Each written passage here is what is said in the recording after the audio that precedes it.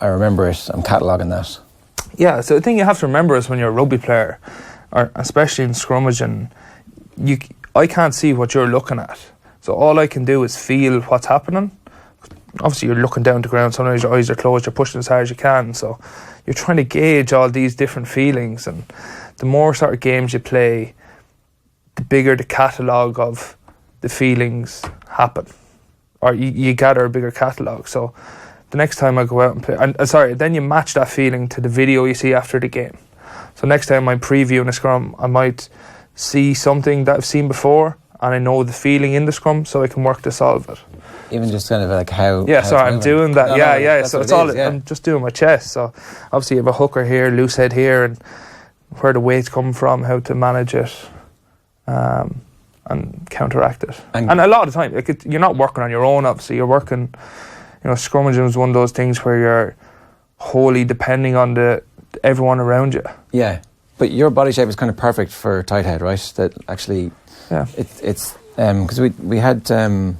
Emmett Byrne. Yeah, we had Emmett Byrne in, and he was just saying that, like, the way that you're built is perfect for the tight head to lock stuff down, but also then to be a bit aggressive about stuff, no matter who's coming in, if you're getting crap from both sides, that actually... Yeah, it's again, it's subjective, isn't it? You see New Zealand have quite tall props. South Africa would have tall, big props. And it's all shapes and sizes, to be honest with you, and it's more your technique and how you scrummage, and different tight heads scrummage different ways with different... Some are shouldery, some are chesty, some attack at angle. I would be a chesty, square scrummaging tight head. So, yeah, square on, use both shoulders with a big chest. Where you'd see some... And I scrummage quite long with my feet. So I can sort of put downward pressure with my chest. Where you see some tight heads, Dan Cole, for example, from England, would be, if you look at the angle of his legs, it'd be more near 90 degrees, right, and he'd use more of his shoulder scrummaging. Is he trying to pop you up? Is that what his... He would be keeping it down at tight head, yeah. But it's just a different way of scrummaging, and whatever works for you. What sort of body shape in a loose head and hooker do you like to see when you're coming up against them? I like it nice. Because the thing is, you train so much with... Our loose heads are quite square as well, so you get kind of used to a square loose head. So when you see a square loose head coming up against you, you know what they're going to do. Yeah, you've more of a bank of feeling and vision on that. So you find that, and that's the challenge in training sometimes. I find when we're leading up to a game for Leinster or an international game where you don't want to be scrummaging against the same loose head for the full week. You need to switch it over now, because you can't get in a repetition of doing the same thing against the same fella where you need a different picture. And is there much of a difference between Jack McGrath and Cian Healy? There is. Yeah, there is. Yeah, little traits. By and large, they scrummage the same way, but then every loose head or every tie head would have their own little kinks that they do. So I'm not going to say who's better, in case Warren Gatland here is watching and finds out a few tricks. But yeah, there is, and Dave Kine's no different. James Cronin was an Irish camp, no different. Yeah, it's all little tricks that and that's over the course of a game, is to kind of the story of the scrum. One team might get a descendants for a while, the other front row sort it out, and they reconfigure, talk, wait to solve it. And how important is the second row in this whole process as well? It's the massive, isn't it? So if you there's 8 people in the scrum, your front row only make 3 of them. So 5/8 of your power is behind you. And if your specific one is obviously very important then as well, because that's the direct thing that you're getting.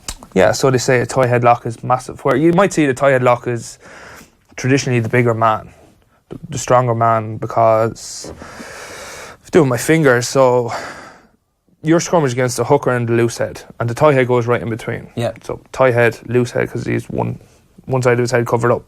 So you're essentially pushing against 2 people. So you need someone. In theory, you need the stronger man behind you. Yeah. And so, does it matter at the moment in the Irish camp? There seems to be there's proper competition in that second row as well. Yeah. It's a matter of being comfortable with it. I think a lot of the lads are good scrummagers with good body awareness. And is Henderson or James Ryan behind you mostly? It would be James Ryan for France. James Ryan was against France. Yeah.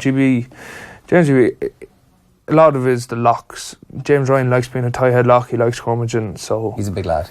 He's a big unit, to be fair to him, yeah. And so he tighthead lock, which obviously I have a partnership with him, and it's mad to think that even the smallest change in his bind, or how much he tips forward with his shoulder, can have an influence on me. It's like the scrummage is massively synchronized thing. Yeah, because obviously I think back in the day it would have been frequently you would kind of wait and come back a little bit to try and get a bit of imbalance, and then it goes down, and it's like, oh, it had nothing to do with us. I mean, we were there, ref, you saw us. Like, so you have to work in concert. You can't just do that on your own. Yeah, no, absolutely. Not that it still happens, obviously, but it's never the props' fault, is it? So it's the other team. It's your fault, isn't it? Exactly. Yeah.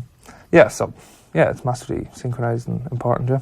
Are like getting away with dark arts in the scrum, is that a thing of the past now? Thing of the past, yeah. I used to hear my father be saying when he was playing rugby, different generation, different era, and he'd been saying about fellas biting ears, or the second row would like reach his bind, slip his bind, and punch the prop in the face. But he just because we had Mal O'Kelly in last week, and I asked him what's the best thing a second row can do in a scrum, and he just went like this, and like I presume it's happened. Never seen it. Never. Not even in New Ross. Maybe we used to black hard back in the day, but you were the ones doing it. Yeah, the Ross boys. You don't really see it in the modern game, or there's no place in the modern game anymore. Or even if you were to do it, you're massively risking putting your team down to 14 men, which is just nonsensical nowadays. Yeah. Thanks a million for watching. If you want to subscribe, well, there's the button right there. If you want to see more videos, hit that down there.